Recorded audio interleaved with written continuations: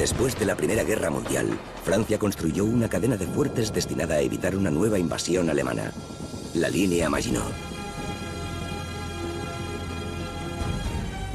En su edificación participaron en 1939 miles de republicanos españoles. Esta es su historia.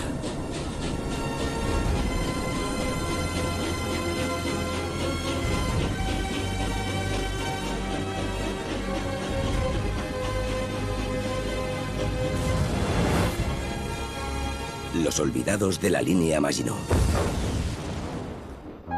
Mi querido papá y tío, me alegraré que al recibir esta carta os encontréis bien de salud. El día 25 de enero harán una gran fiesta de la entrada de los nacionales. Han hecho una cruz muy grande en nombre de los caídos. Muchos besos que os mando para vosotros dos, Rosa. Querida hija Rosa, me ha gustado mucho el dibujo que me has mandado. ¿Ya estudias mucho? ¿Ya vas a la escuela? Dolores, por tu carta veo que no me conoces del todo cuando todavía sigues sufriendo por mí. Nada me hace falta. Mi querida esposa, no podría en el día de hoy dejar de pensar en ti. Tu esposo que nunca te olvida. Marchas a pie, trenes, camiones, frío, calor, lluvia, nieve, fango y polvo. Os lo ahorraré. Háblame algo de mi Rafaelito y de mi Antoñita. A mí nunca se me van del pensamiento. Que no te olvido un momento, Manuel. Son cartas escritas desde la distancia, desde la tristeza, desde la añoranza. Eran los vencidos de una dolorosa guerra entre hermanos. Luchaban por sobrevivir y mantenían viva la esperanza del regreso. Pero su futuro estaría unido al desenlace de una nueva y más cruenta guerra. La línea Maginot fue el sueño y la obsesión de un hombre, André Maginot, ministro francés de la guerra en 1928, que optó por impulsar una gran infraestructura de fortificaciones junto a la frontera entre Francia y Alemania. El proyecto tuvo buena aceptación popular, ya que la construcción daría puestos de trabajo en un momento de grave crisis económica, tras el crack bursátil de 1929. A medida que tomaba forma el impresionante muro defensivo, en la sociedad francesa crecía la idea de que la línea Maginot era la salvaguarda colectiva ante el ascenso del militarismo expansionista de Hitler. En 1939, casi 400.000 exiliados españoles se hacinaban en los campos de concentración al norte de los Pirineos.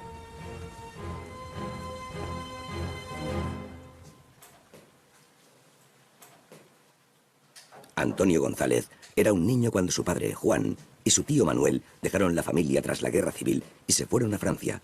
Ya no volvió a verlos. Yo soy este cabezoso que hay aquí.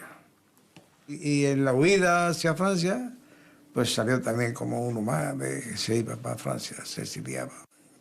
Y llegó hasta el Careo, Sumé, a los campos de aquí de la frontera cercanos.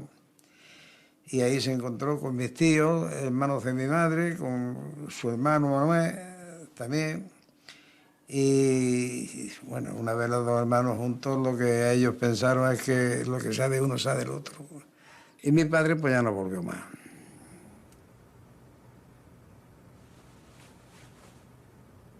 Francisco Aura nació en Alcoy en 1918.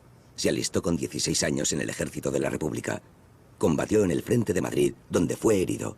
Y herido, pasó la frontera en febrero de 1939. Fue internado en el campo de Saint-Cyprien. A principios de 2014, su población natal, Alcoy, bautizó con su nombre uno de los puentes de la población. Entonces no hi havia barraques fetes ni res i tenien que suportar les inclemències del temps. En aquests temps pues, hi havia voltes que ploïa i si ploïa pues, nosaltres teníem unes canyes que havíem agarrat d'un riu que passava per allí a prop, teníem les canyes eixes per protegir-se també de la nit de la humitat. I damunt, si eren tres, doncs portàvem tres mantes. Una davall, l'altra per tapar-se i l'altra que teníem damunt. Però si ploïa, doncs, clar, començava a ploure i es banyava la manta i s'escagassava damunt de nosaltres i aguantàvem el que fos, estàvem acostumbrats a tot. Perquè en trinxera també, allí a la guerra, doncs, aguantàvem el que feia falta. María Giró conoció en 1935 a Antoni Fradera, el que iba a ser su marido. La fatalidad hizo que primero la guerra de España y después la de Europa retardaran la boda durante 17 años. Ell era de família humil i a casa no érem. Això ja frenava, oi? Però com que quan la guerra tothom era pobre, doncs els dos ens vam veure en cor. Ells van veure en cor de començar la relació. Però vam estar molt poc junts perquè aviat va ser voluntari ell a la companyia d'esquí.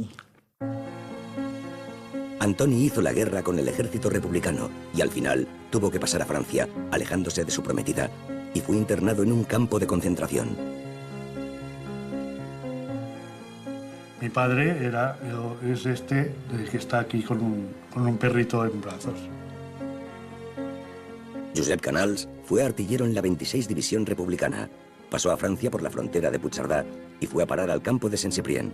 Siempre contó a su familia las historias del exilio.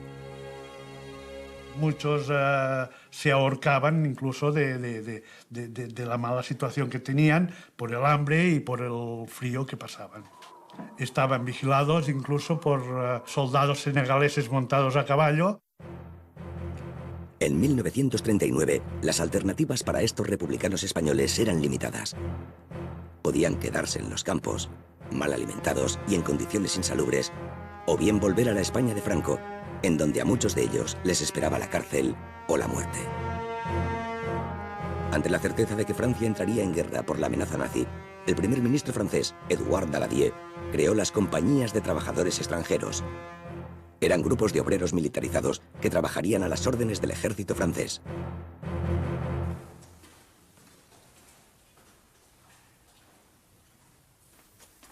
Echaun Galparsoro es historiador.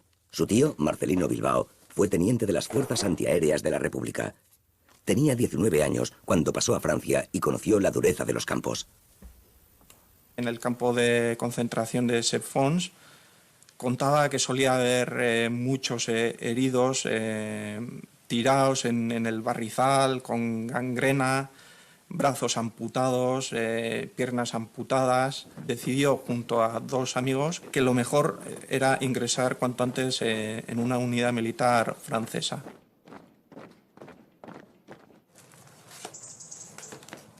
Cuando Josepa Gardeñas conoció la historia de Joaquim Aragonés, abuelo de su marido, se apasionó por su epopeya en los campos de refugiados y mantuvo largas conversaciones con él. El no tener donde refugiarse, la tramontana que levantaba la arena sobre todos ellos, el frío, la falta de alimento. Las hermanas Esther y Fabiola Marí tienen muy presentes las historias que les contaba su padre, el ibicenco Bartomeu Marí. Qué guapo, ¿no? A la vez estaba agradecido que los dejen pasar a la frontera, ¿no? Para salvarse el pellejo, digamos, y a la vez estaban en muy malas condiciones. En sus inicios, las compañías de extranjeros eran en la práctica compañías de trabajadores españoles, según especifica una directriz del ministro francés de la guerra, clasificada como secreta. Este texto, al que ha tenido acceso este documental, dice: he decidido utilizar para ciertos trabajos que interesan a la defensa nacional una primera tanda de unidades de trabajadores que serán constituidas entre los milicianos españoles internados en Francia. Estas compañías serán denominadas Compañías de Trabajadores Españoles. Cada compañía estaba formada por 250 hombres. Estaban mandadas por un capitán del ejército francés, en activo o en la reserva, al cual ayudaban un suboficial francés, 12 miembros de la Guardia Republicana Móvil, 2 secretarios, 2 cocineros, un ordenanza, un ciclista y, siempre que fuera posible, un intérprete. Por parte de los trabajadores españoles, había 10 oficiales y 230 trabajadores, distribuidos entre mecánicos, albañiles y peones. Además de un intérprete, un enfermero, un barbero, 2 aguadores, 2 zapateros y 3 cocineros. Las principales aproximaciones, los principales estudios de estos últimos 25 años aproximadamente, sobre todo entre 20 y 25 años, nos dejan una cifra de en torno a entre 50.000 y 60.000 españoles enrolados en este tipo de compañías. Van a las compañías para escapar de los campos, para recobrar su dignidad por medio del trabajo. La guerra ha terminado. Saben que han sido vencidos, pero son humillados por las condiciones de los campos de internamiento. Son humillados de forma permanente y por eso van allá para reencontrar su dignidad y para poder continuar el combate contra la dictadura franquista.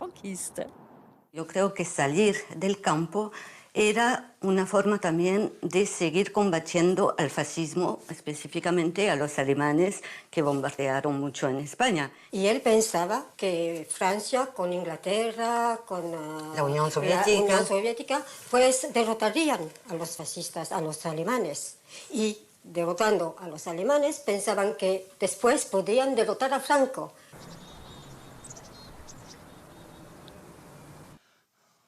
Eduardo Scott, nacido en Olvera, Cádiz, en 1919, es hijo de una familia humilde de jornaleros del campo. De muy joven empezó a trabajar de zapatero y se afilió a la CNT.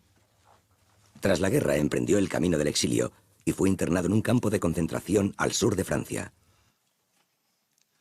En el campo de concentración decían quién quiera ir a trabajar en una compañía. Y allí, como no estábamos bien, fuimos a la compañía voluntaria.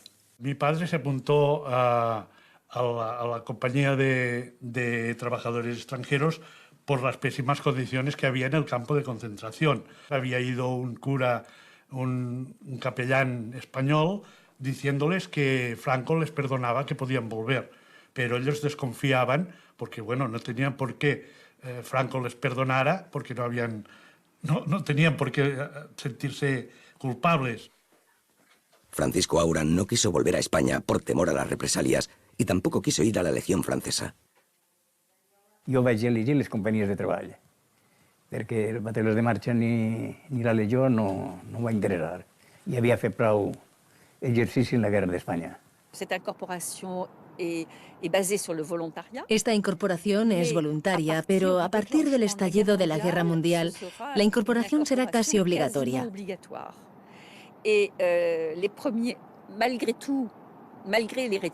A pesar de las reticencias, muchos refugiados se apuntarán, incluso antes del verano de 1939, para salir de los campos.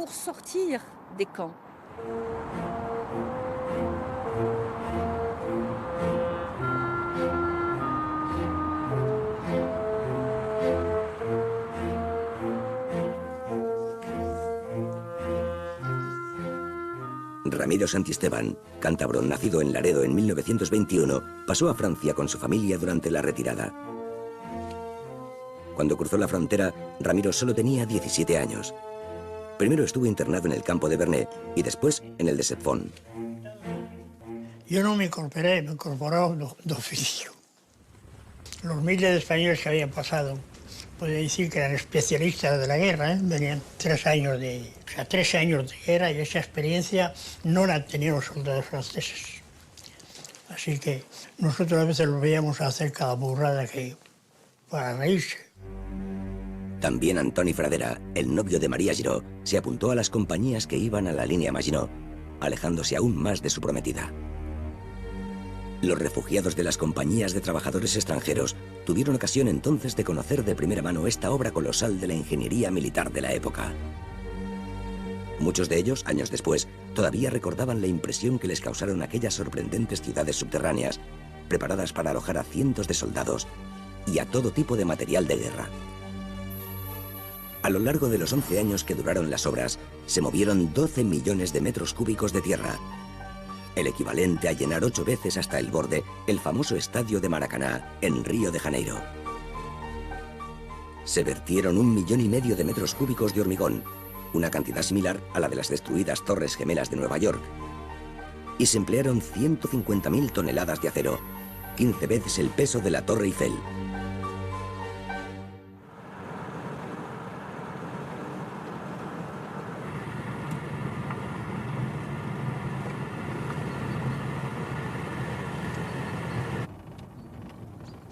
El fuerte de Fermont mantiene la aureola de ser el único de la línea Maginot que no fue conquistado por los alemanes, sino que fue entregado sin rendirse tras el armisticio.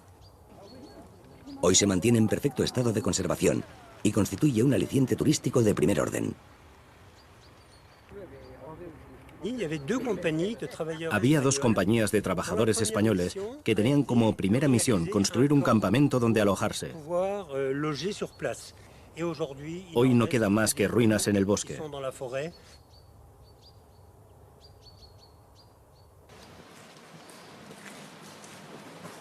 Un pequeño tren se encargaba de hacer llegar a Fermont los suministros y la munición. El tren puede entrar todo entero dentro de la galería, pero hay que maniobrar para bajar las vagonetas. Los búnkers y las entradas se encuentran al mismo nivel y por tanto hay que descender 30 metros bajo tierra, seguir la galería y subir a los búnkers.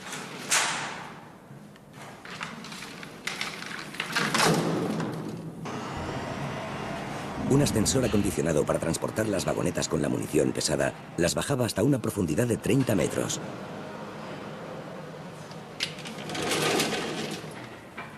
Allí, un sistema de galerías y pequeños trenes transportaba tanto la munición como a los soldados al búnker artillero.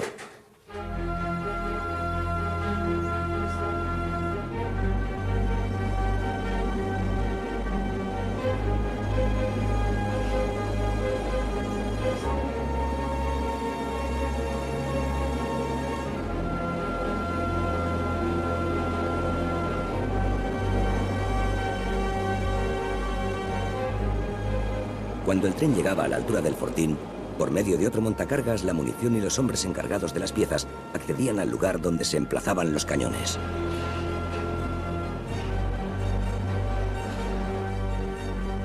La zona del fuerte de Fermont, donde se ubicaban los cuarteles, constituía en la práctica una ciudad subterránea. Un complejo sistema de generadores y filtros proporcionaba aire limpio a los más de 600 soldados que alojaba. Disponía de todo tipo de servicios, desde dormitorios hasta una prisión. Los comedores para la tropa estaban dispuestos en largas galerías para facilitar la pronta evacuación.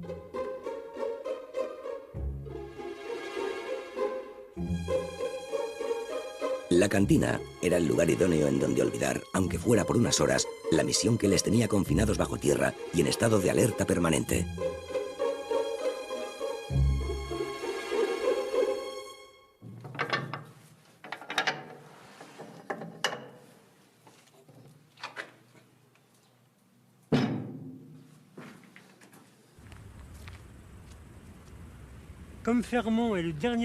Como Fermont es el último fuerte de la línea Maginot, no se construyó una casamata, sino que se construyó una torreta que podía disparar en todas direcciones, girar sobre sí misma 360 grados. En 1940 podía resistir todos los proyectiles existentes. Hoy aún funciona con el motor original.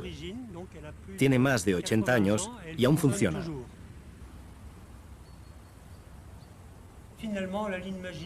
Hasta 1960 se hizo un mantenimiento de la línea Maginot y a partir de 1972 se empezó a abandonar y a vender algunas casamatas y algunos fuertes, como el de Chapí, que será vendido al propietario de la granja situada justo al lado.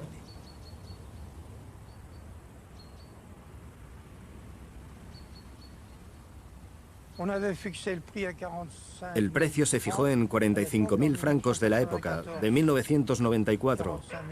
45.000 francos. Fue mi mujer quien dijo, de acuerdo.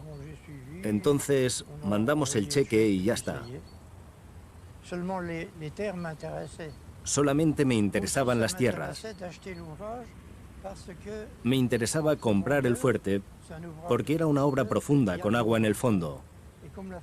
Como la granja no tenía agua suficiente, capté el agua con facilidad y tengo tanta como quiero.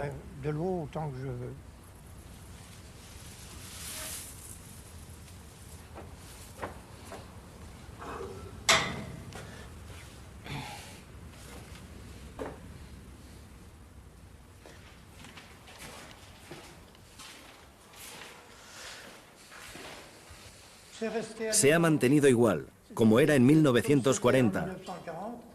Hoy está un poco desgastado, pero aún está sólido. Pienso que dentro de 1000 años aún estará igual.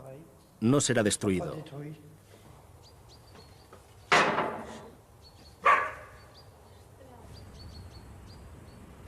Es el fuerte de Chapí. Es el fuerte. 35 metros de profundidad y tan caro como inútil. El ejército francés distribuyó a los refugiados de las compañías de trabajadores extranjeros para completar los accesos a la línea Maginot y para el acabado de las fortificaciones. A los franceses, si les vino muy bien, necesitaban una mano de obra muy barata, que eran los españoles que tenían ahí. Importante, y barata. Barata, y además así pues les cobraban el pan que estaban comiendo. Eso decía mi papá, contaba así. Nos hicieron pagar el pan blanco que comimos muy caro, carísimo. Marcelino en la línea Maginot era un peón de obra como todos los españoles. Su trabajo consistía en transportar sacos de cemento de aquí para allá y, bueno, mediante andamios y el sistema de encofrado, pues hacían blocaos, torretas, casamatas y, bueno, unos fortines extraordinarios. Pues allí era pastar les pasteralls, les mescles que eren necessàries i els obrers que hi havia més capacitats de treball de construcció, pues estos son los que feien l'obra. Su trabajo consistía en hacer muros de hormigón y, bueno, unos muros de hormigón armado. Una cosa, él siempre decía que era impresionante, porque tenían una anchura pues fuera de lo normal, de 1,5 metros de ancho, a prueba de obuses y de lo que fuera. Un día que estaban en el bosque pues cortando leña o trabajando pues, supuestamente trabajando, había mucho frío, hicieron un fuego para calentarse un poco por turno, ¿no? Y pasaron a un grupo de oficiales franceses y les preguntaron que por qué no estaban trabajando y estaban alrededor del fuego calentándose las manos. Y un asturiano de su grupo le dijo a los oficiales, pas manger, pas travailler, o sea, no comer, no trabajar. Y entonces ese grupo de oficiales fueron a las barracas en la cocina a averiguar qué pasaba con el cocinero y a los 4 o 5 días dice que mejoró bastante la comida y que fue un poco más sustancial, ¿no?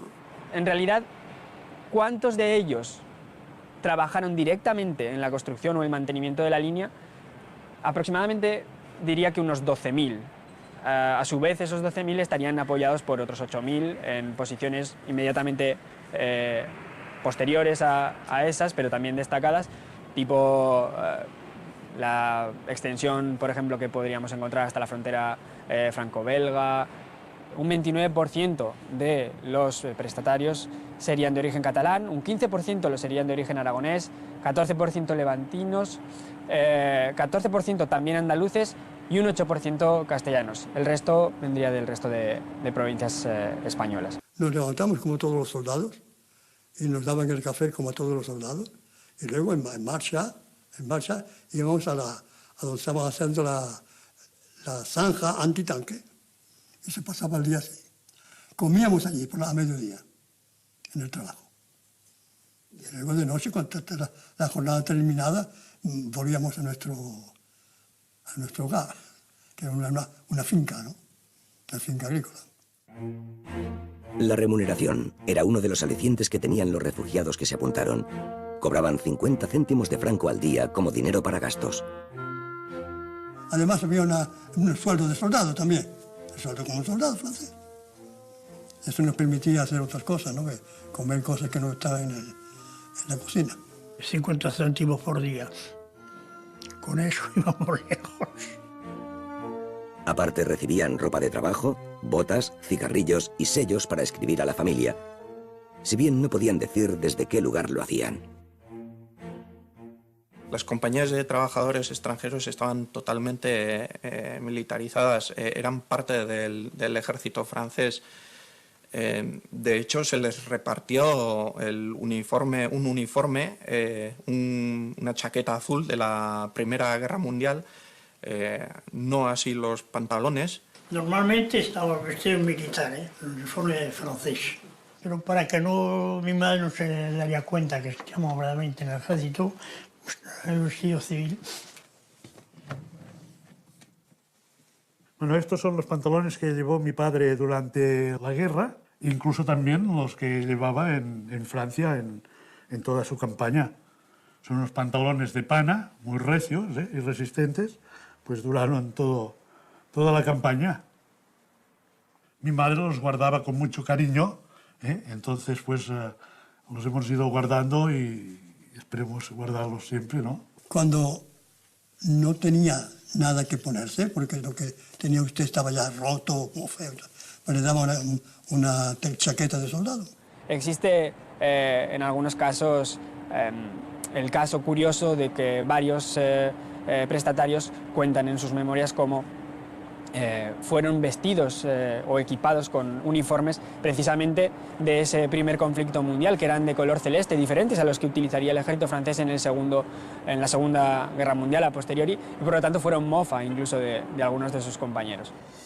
Las cartas que mandaban los exiliados desde la línea Maginot contaban muy pocas cosas sobre el lugar donde se encontraban y las condiciones en que vivían.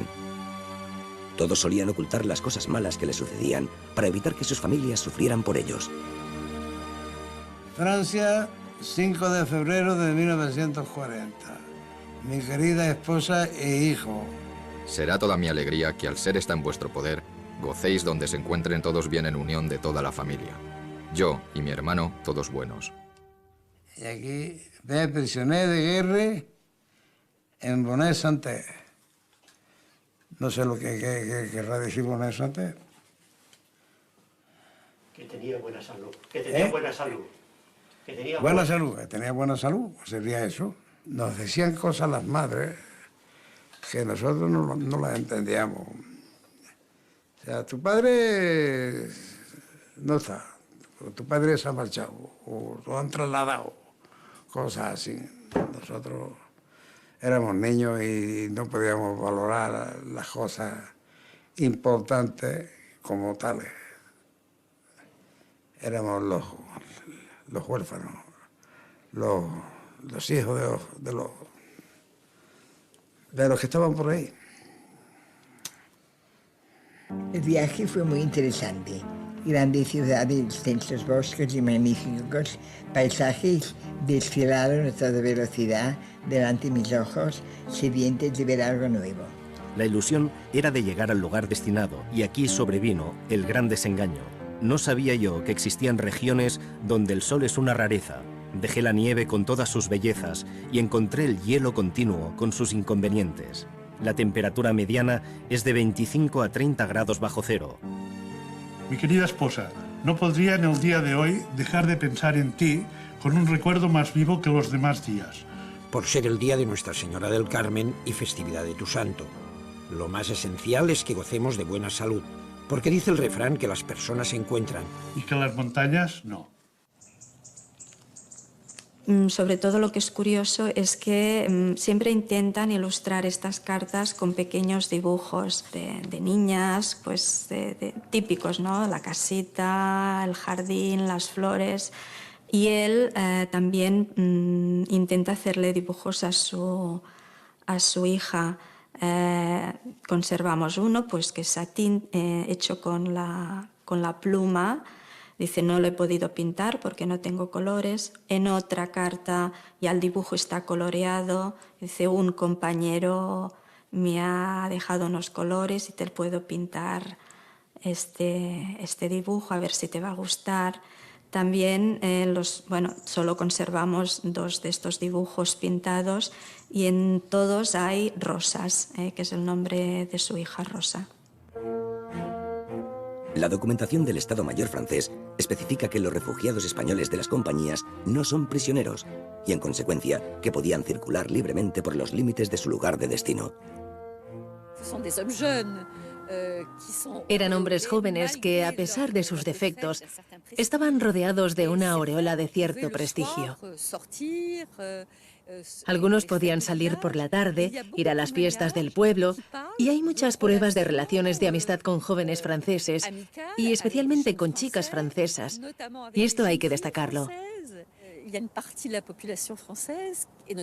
Una parte de la población francesa, y especialmente las chicas de las regiones, estaban muy impresionadas, incluso seducidas por estos chicos.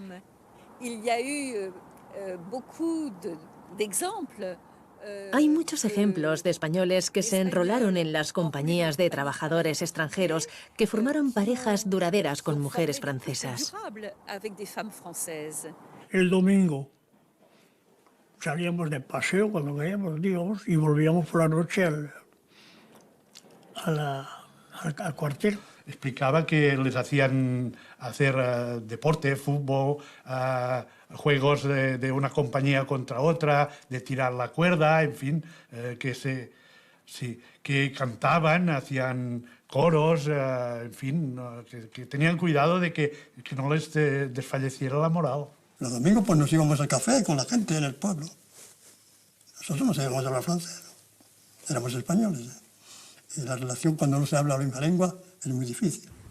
Si entrabas en un bar y consumías algo, cuando ibas a pagar, no está pagado, o sea, aquella mesa que pagados, nunca pagábamos nada nosotros el bar.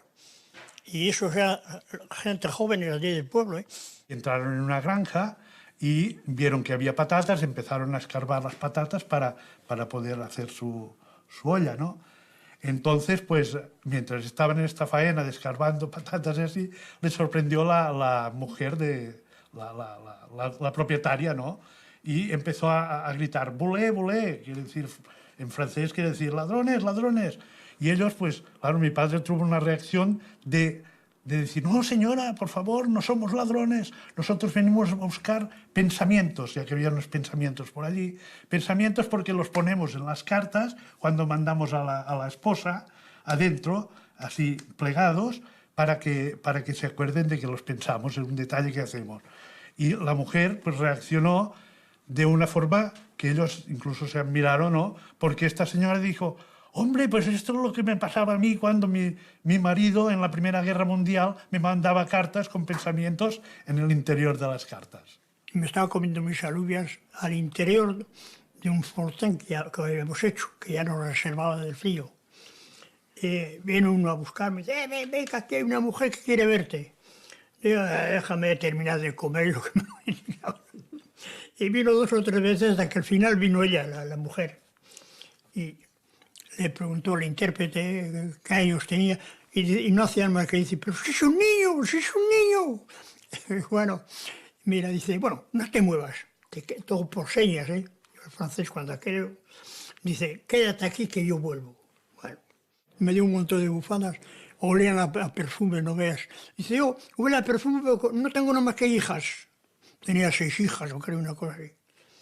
Mira, cuando entramos a lo que era cuartel, que era un castillo, todo quisqui, allí. Digo, mira, igual que perros. Los refugiados españoles tenían en mente poder regresar a España con sus familiares. Algunos lograron los deseados avales y optaron por regresar, como Josep Canals. Bueno, él pudo volver a España porque mi madre pues consiguió los avales de personajes de España, entre ellos uno era el don Epifario Fortuny, baró de Esponellà, amigo suyo, de cosas culturales, y también de un Gerijalfe de la Falange, y también de un cura.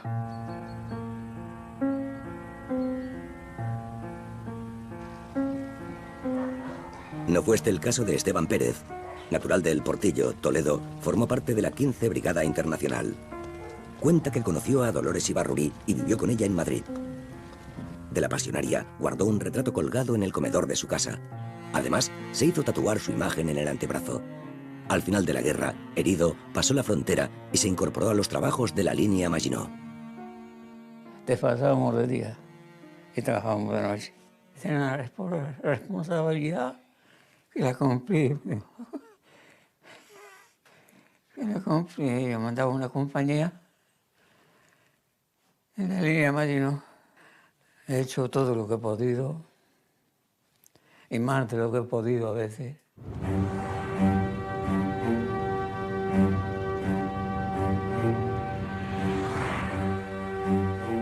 ...90 kilómetros al sur de Luxemburgo se encuentra la obra magna de la línea Maginot, la mayor de todas, el fuerte de Hackenberg. Sus enormes instalaciones subterráneas se extienden a lo largo de 10 kilómetros de túneles. El acuartelamiento oculto en el subsuelo tiene capacidad para albergar hasta 1000 hombres.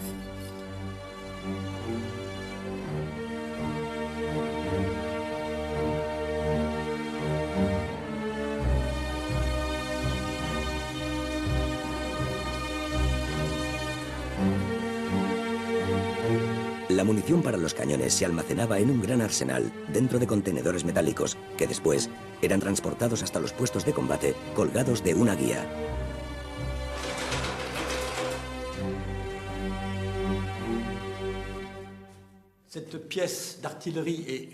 Esta pieza de artillería se regulaba por los artilleros del búnker gracias a las órdenes que les proporcionaban desde el puesto de mando. El funcionamiento es simple. Basta con girar las manivelas así. Para disparar, basta con abrir la culata. Hay que abrir lo que se llama tronera.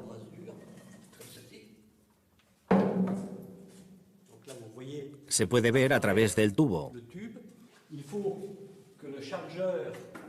Es necesario que el cargador coja el cartucho y lo introduzca en la pieza.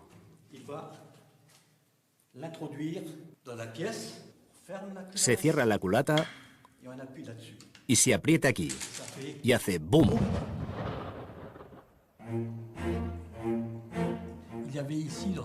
En este fuerte había 999 hombres.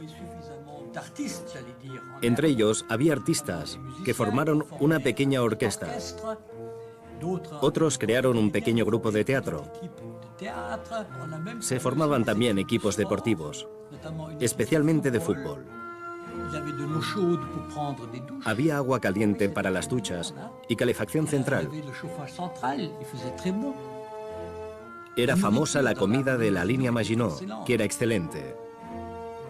Y si la comida para los soldados resultaba excelente, en el fuerte de Hackenberg a una buena comida le seguía siempre una buena sesión de cine. La vida en el fuerte no era triste. Para distraerse, el viernes, el sábado y el domingo, había sesiones de cine. Eran películas de amor, westerns, todas las películas de los grandes realizadores de la época, pero sobre todo ninguna película de guerra, para no desmoralizar a los soldados.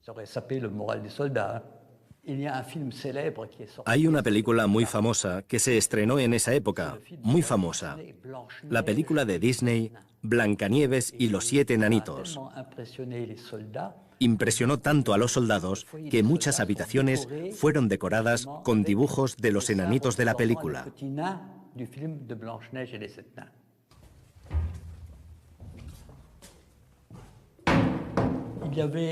Había un dentista que venía todos los viernes.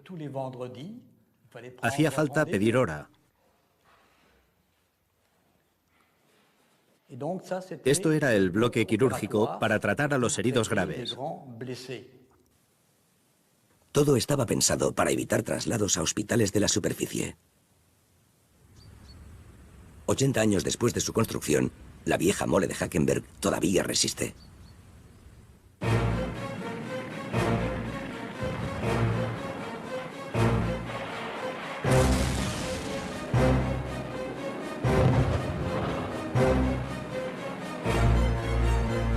El ejército alemán invadió el territorio francés esquivando totalmente la línea Maginot. La Blitzkrieg, la guerra relámpago, barrió las defensas francesas y las tropas nazis entraron en París el 14 de junio de 1940. La invasión cambiaría la vida de los españoles en la línea Maginot.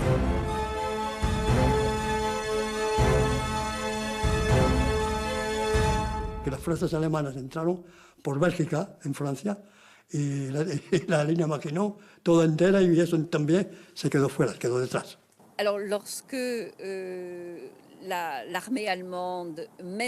Cuando el ejército alemán realizó la ofensiva sobre Francia en mayo y junio de 1940, Francia fue derrotada muy rápidamente. Y entonces se produjo la desbandada de las compañías de trabajadores extranjeros. Los que no pudieron replegarse en la zona no ocupada fueron hechos prisioneros.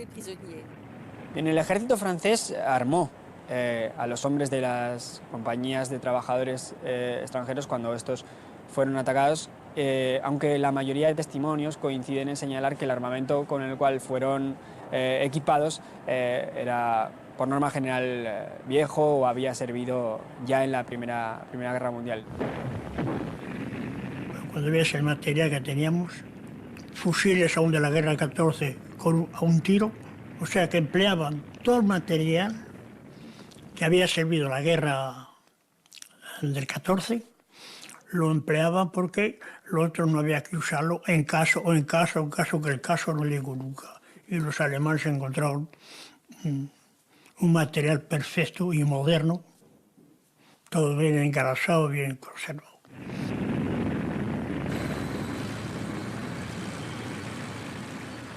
Nos despertamos una mañana y ¿qué es esto? Tanques alemanes por todas partes. Habían llegado por la mañana de Brest, todo bloqueado por los tanques alemanes, ya no pudimos movernos. Fue cuando decidieron mi papá con 3 o 4 amigos suyos de su grupo, ¿no? De su sección, decidieron escapar. Lo que pasa que como era una cosa de militares, pues iban a ser desertores, ¿no? Considerados como desertores. Y el capitán aquel, cuando se fueron, cuando los bombardeos, le dijo a mi papá, Monsieur Marie, vuelva o está muerto. Y mi papá contestó, mejor huir, mejor morir que ser prisionero. Que ser prisionero de los alemanes. El capitán se había largado, el teniente también, en fin, todo que los franceses se habían largado. Els grupos d'espanyols pues, vam anar buscant carretera, buscant camí, per veure si podíem anar-se'n, esquivar lo que era la invasió. Però anàvem per les carreteres, que no hi havia puestos allí on anar, i, claro, es van trobar ja els camions de cara. I entonces ens vam fer l'alto, vam alçar els braços, però el que no vam pensar és que, pensàvem que potser dispararien o alguna cosa, però no, ens van fer prisioners i en grupos anàvem davant dels camions.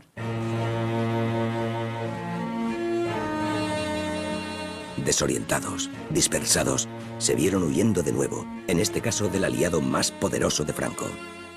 Y yo hice lo posible, con los amigos que tenía, yo hice lo posible por llegar a la frontera suiza, pero no tuve tiempo. Es una tierra de mucha montaña, ¿no? Y era difícil andar 1.000 kilómetros. Nos damos cuenta que en Francia iba mal. Iba mal porque un desorden terrible, una cosa. Paramos un autobús que venía cargado de gente y había un matrimonio que tenía quizá ya más de 70 años, que estaba tirado por el suelo, la mujer llorando, el marido medio muerto, yo no sé lo que tenía exactamente. Y salió un asturiano, cogió el fusil, salió fuera a la carretera y el primer coche que se presentó se le metió delante. Dice, mira, a ver, ¿quién hay si hay alguien en el coche? Era una furgoneta cerrada, ¿eh? Estaba llena de enfermeras en uniforme y todo, que se daban el pío, ¿qué? Mira, allí no, como ya no había mandos que mandaran ni nada, venga leña, fuera todos. Todas las enfermeras abajo del camión. Ahora lo primero, estos 2 viejos que están muriéndose, los pobres, al camión. Los metieron. Ahora el chofer, en francés, ¿qué quieres que yo haga? ¿Dónde voy yo con esto? ¿Dónde lo voy a dejar? Te espabilas, lo meterán, pero lo más lejos posible. El tío se largó, quizá los abandonó después, no sé, porque estaba todo en desorden. Los alemanes, al identificarlos como republicanos españoles, decidieron no tratarlos como prisioneros de guerra. Y después, cuando vieron que éramos españoles, nos enviaron a Mauthausen. Y del campo de prisioneros franceses nos sacaron para ir a Mauthausen. Gracias a Serrano Suñer. Y le digo el culpable. Ramón Serrano Suñer fue a Berlín en septiembre de 1940 y la única orden escrita que se ha encontrado hasta el momento, ordenando la deportación de los españoles, data del momento en que Serrano Suñer fue a visitar Berlín. Esto quiere decir que hay, evidentemente, un acuerdo entre las autoridades nazis y el régimen franquista.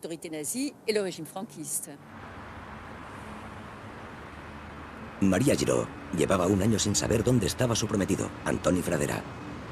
Entonces contactó con una conocida de la embajada española en Berlín y desde allá enlazaron con españoles que trabajaban en las oficinas de Mauthausen. Ellos localizaron a Antoni, que estaba en el campo de concentración. I el van trobar a la cua del forn perquè estava malalt i el van salvar. Ell deia que els valents se suïcidaven, que els que no eren valents no.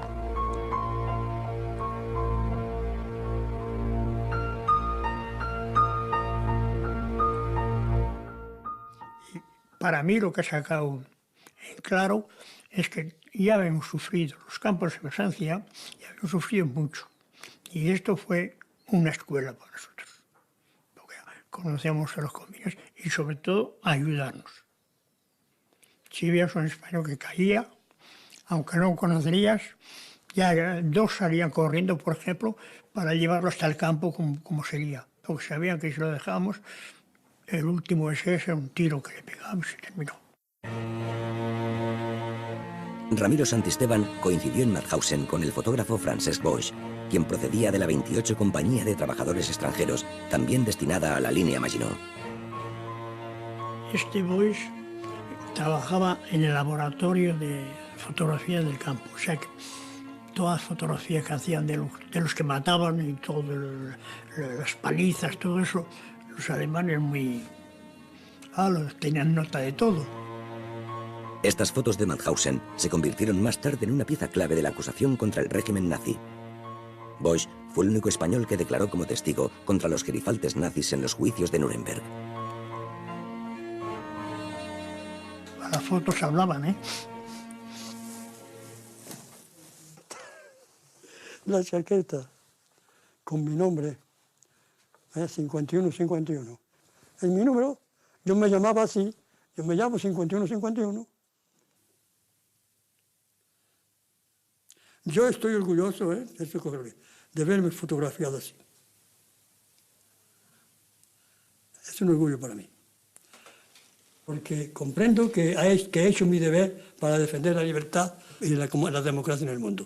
Esa ha sido mi lucha, ahí, cuando estaba ahí. Mi madre, la pobre andaluza analfabeta, me dijo, ¿cómo has consentido tú de que tu hija se case con un alemán? El mal que te han hecho. Y desde luego, de todas maneras, le dije a mi madre, hay alemanes que me han hecho mucho mal, pero hay alemanes buenos como yo. Com és possible que el ser humà arribi a resistir aquestes barbaritats que ells van fer? Que no es deuen de perdonar, perquè, escolta, no sé, aquest fanatisme tan extremat d'una joventut que s'haguera fet si t'hagueren dit que el tragueren les tripes te l'haguera tret. Perquè estaven fanatitzats a més no poder, Jo no ho comprenc com el fanatisme arriba a les persones a envenenar-les d'aquesta manera. El destino de Esteban Pérez también fue en Mauthausen. Allá permaneció casi 5 años. Más tarde se estableció en Montserrat, cerca de Narbona. En el pueblo ha gozado siempre de la estima y el reconocimiento de sus vecinos, que saben de su epopeya. Pero no fue hasta 2014 que su compañera, Thérèse, después de llevar a cabo múltiples gestiones, consiguió que el presidente de la República Francesa lo nombrara Caballero de la Orden Militar del Mérito. Es esta. Esto tiene más valor que la Legión de Honor, porque la Legión de Honor la dan a cualquiera. Esto es una distinción militar, por lo que ha hecho. Por España y por Francia. No, yo estoy comunista y soy comunista de verdad. Aún es comunista. En el pueblo había 2 comunistas. Su camarada que murió hace unos años. Ahora solo queda él.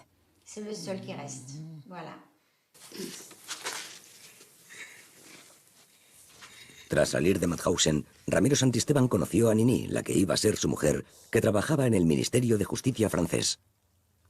Buscando a los criminales de guerra. Claro, como pues sí, que las mujeres encontraron. Era el servicio de la búsqueda de los...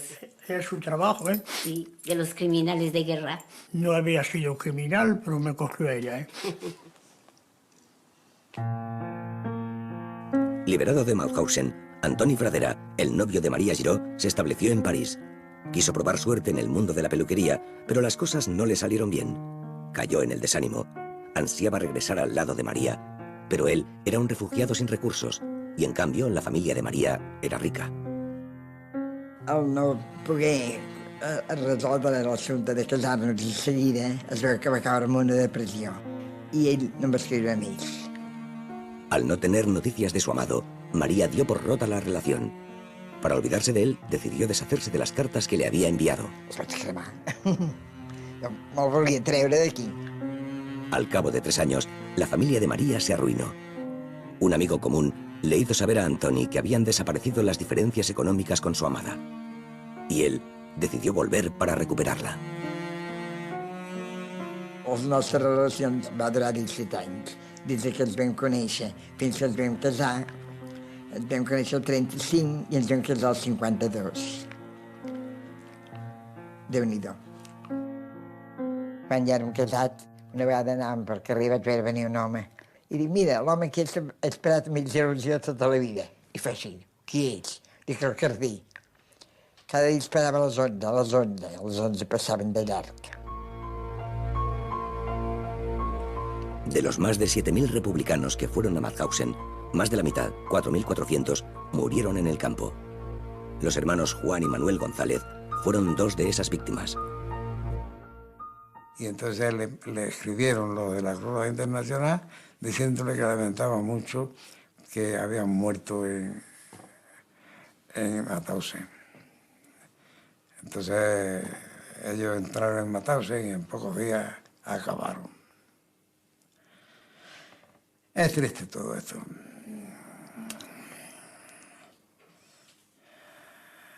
Ya ves tú.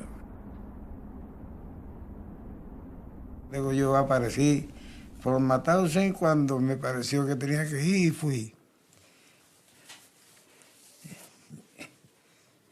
Y nunca había visto yo tan cerca de mi padre como aquel día que estuve allí en Mauthausen, encima de las cenizas de mi padre. Qué triste.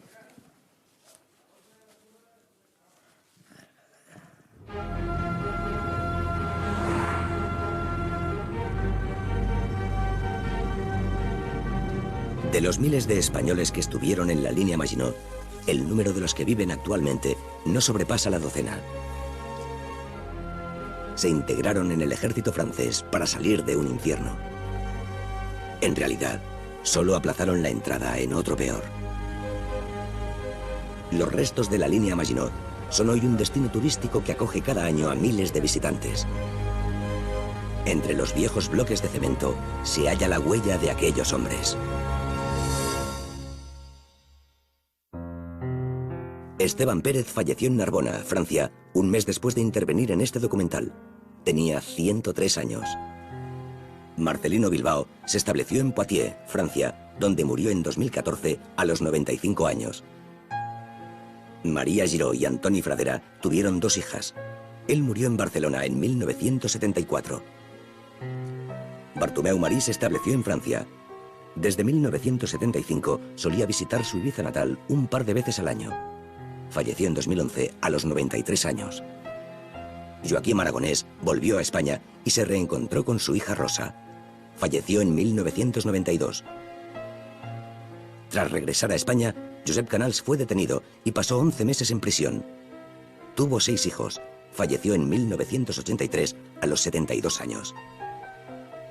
Los hermanos Manuel y Juan González León tenían 32 y 39 años cuando murieron en Mauthausen.